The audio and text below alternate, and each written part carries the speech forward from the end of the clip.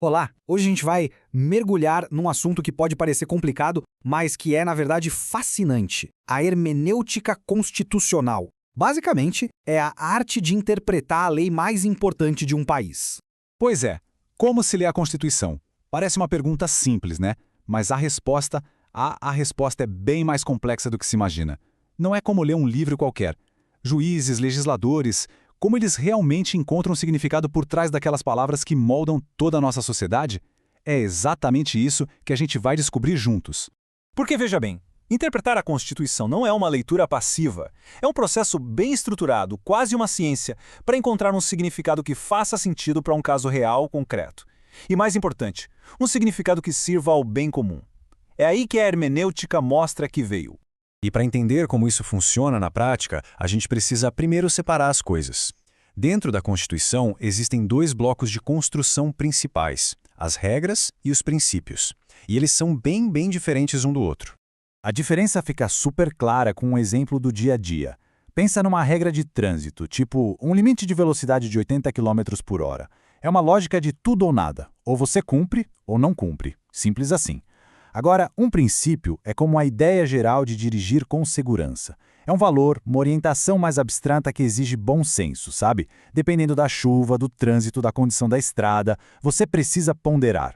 Trazendo para a nossa Constituição, um exemplo claro de regra é o artigo 14.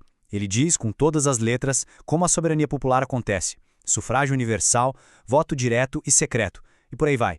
É direto ao ponto, bem específico, não dá muita margem para interpretação. É aquilo e pronto. Agora os princípios são outra história. O artigo 5º da nossa Constituição há um prato cheio. Ele fala do direito à vida, à liberdade, à igualdade. São valores gigantescos, fundamentais. Mas o que significa liberdade exatamente num caso específico? É aí que a coisa fica mais ampla, mais desafiadora. Isso nos leva direto para o coração do problema. É aqui que o trabalho do intérprete fica difícil de verdade.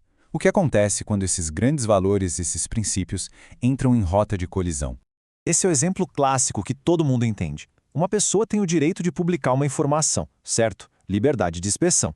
Só que essa informação pode invadir a vida de outra pessoa, que também tem seu direito à privacidade garantido. E agora? Nenhum princípio pode simplesmente apagar o outro. Como é que se resolve esse impasse? Bom, para isso existe uma ferramenta, um método que os juristas usam para resolver esses quebra-cabeças. É o famoso teste da proporcionalidade, ou, como alguns chamam, da razoabilidade. Funciona com um passo a passo bem lógico. Primeiro, a necessidade. A gente precisa mesmo restringir um direito para resolver esse problema? Não tem outro jeito. Segundo, a adequação. Essa medida que a gente está pensando, ela realmente vai proteger o outro direito? Ela funciona? E por último, a proporção em sentido estrito. O benefício que a gente ganha de um lado compensa a perda do outro? É um verdadeiro ato de malabarismo, um equilíbrio muito delicado. Mas não é só isso. Além desse teste, quem interpreta a Constituição tem que seguir um conjunto de diretrizes que funcionam como uma espécie de bússola para garantir que as decisões sejam justas e consistentes.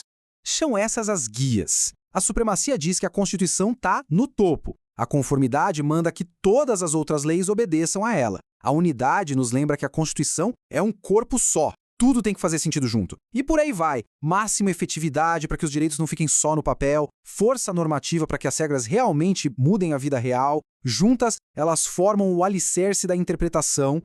Ok, tudo isso pode parecer bem teórico, né? Mas por que, afinal, isso tudo importa no nosso dia a dia? Vamos conectar os pontos. É aqui que a mágica acontece. Toda vez que uma lei nova é criada ou quando um direito nosso é discutido num tribunal, é exatamente esse processo de interpretação que está rolando nos bastidores. É ele que define os limites da nossa liberdade, até onde vai a proteção da nossa privacidade. No fim das contas, é ele que diz se as leis que governam a nossa vida são válidas ou não. E para fechar, fica uma reflexão. Essa arte da hermenêutica nos mostra que uma Constituição talvez seja as duas coisas ao mesmo tempo.